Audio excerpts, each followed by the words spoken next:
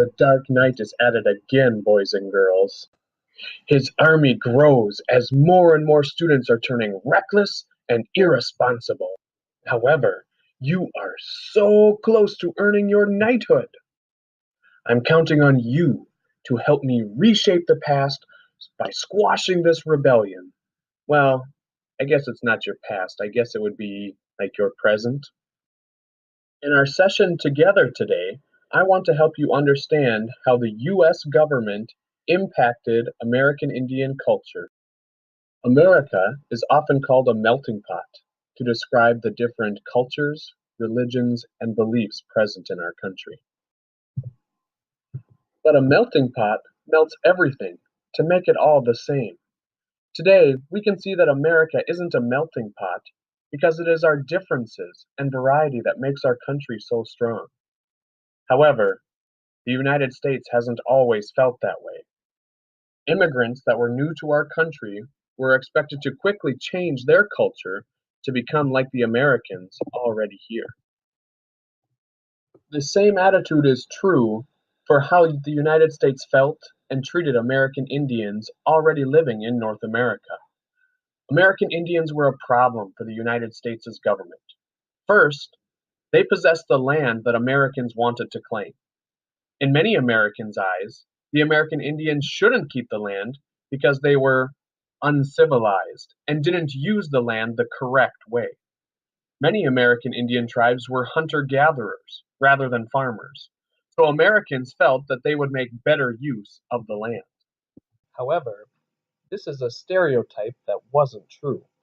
Many American Indians were great farmers and did use the land for this purpose. Additionally, wherever gold was found, settlers would try to come to that region to claim the resources and the land that the resources were found on. One prime example is the land of the Black Hills. This land is sacred to the Osheti Shakowin. According to their origin story, the Osheti Shakowin people came from Wind Cave in the Black Hills. It is known as the birthplace of the Osheti Shakowin culture.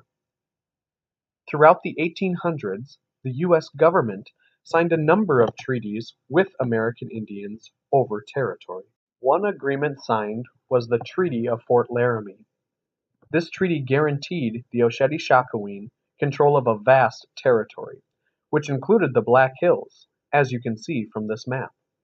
However, when gold was found in the Black Hills, the U.S. tried to purchase the land from the Osheti Shakowin. The United States was told no.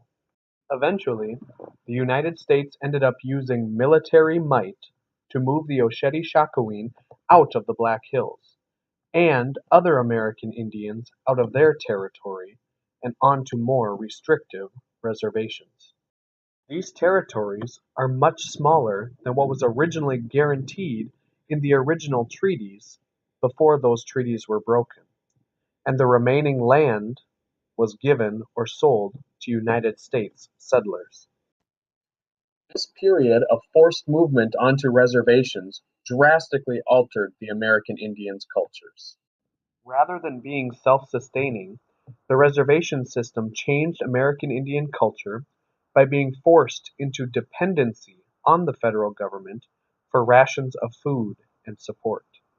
It also opened up new territory for American settlement and provided a way to control the American Indian tribes and force them to Americanize. Another way the federal government changed American Indian culture was when the national government began sending American Indians to off-reservation boarding schools. An Army officer, Richard Pratt, founded the first of these schools. He based it on an education program he had developed in an American Indian prison. He described his philosophy in a speech he gave in 1892. A great general has said that the only good Indian is a dead one.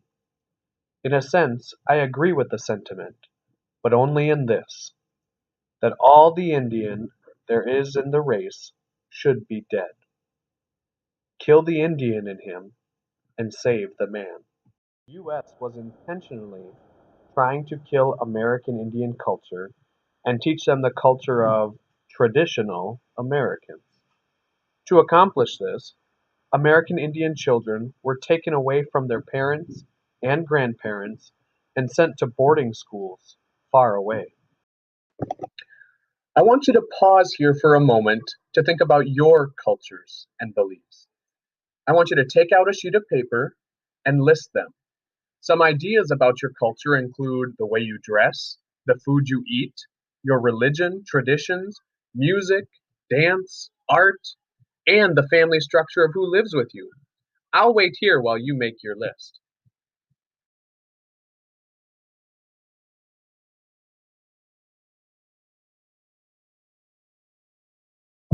Got your list? Good. Now, I want you to take a minute to think about who taught these cultures to you. Chances are, most of your culture is something you've inherited from your parents, grandparents, or other family members in your community. So, here is the question I want you to reflect on. How do you think your culture would change if you were forcefully removed from your family and everyone that you knew when you were only about 5 or 6 years old? And when you were taken away, you were told that every cultural thing you knew was wrong and bad. In 1945, Bill Wright, an American Indian, was sent to the Stewart Indian School in Nevada. He was just 6 years old. Wright remembers people from the school bathing him in kerosene and shaving his head. Students at federal boarding schools were forbidden to express their culture. Everything from wearing long hair to speaking even a single Indian word.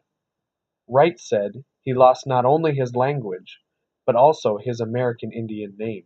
I remember coming home, and my grandma asked me to talk Indian to her. And I said, "Grandma, I don't understand you," Wright says. His grandma replied, "Then who are you?" Wright says he told her his name was Billy. "Your name's not Billy.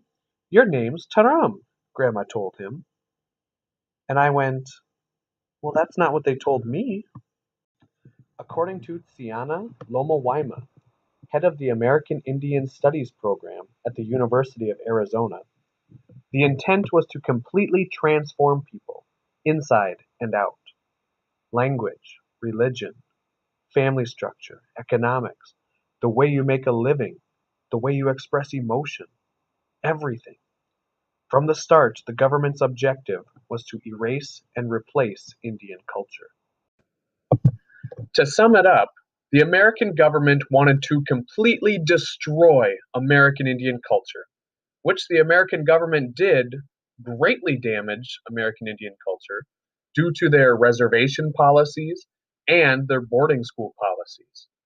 Individuals, such as Bill Wright, lost parts of their language, their religion, their family structure, and their childhood.